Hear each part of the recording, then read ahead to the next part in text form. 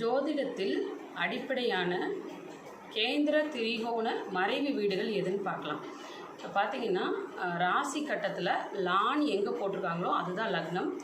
ஒரு சில ஜாதகத்தில் லக் அப்படின்னு போட்டிருப்பாங்க, இல்லைன்னா லக்னம்னே எழுதியிருப்பாங்க. இப்போ அதை தான் முதல் வீடாக நம்ம எடுத்துக்கணும். அந்த வீட்டை முதல் வீட்டிலிருந்து நம்ம எடுத்து ஆரம்பித்தோம் அப்படின்னா 1, 5, 9 இந்த வீடுகள் திரிகோண ராசிகள் அப்படின்னு சொல்லுவோம். இது லக்ஷ்மி ஸ்தானம் அப்படின்னு சொல்கிறோம். அதே மாதிரி கேந்திர வீடுகள் அப்படின்னு எடுத்துட்டிங்கன்னா 1, 4, 7, 10 இந்த வீடுகளில் லக்னத்திலிருந்து ஸ்டார்ட் பண்ணணும். இந்த வீடுகள் கேந்திர வீடுகள்னு சொல்லுவோம். இது விஷ்ணு ஸ்தானம் அப்படின்னு சொல்கிறோம். அதே மாதிரி மறைவு வீடுகள் அப்படின்னு எடுத்துக்கிட்டிங்கன்னா 3, 6, 8, 12 இந்த வீடுகள் மறைவு வீடுகள் அப்படின்னு சொல்கிறோம்.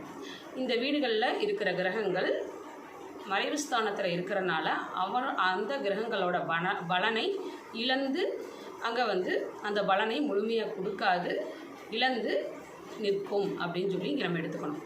அதே மாதிரி 2, 11 இந்த இடங்கள் ஜெய உபஸ்தானம் அப்படின்னு சொல்லி சொல்கிறோம்.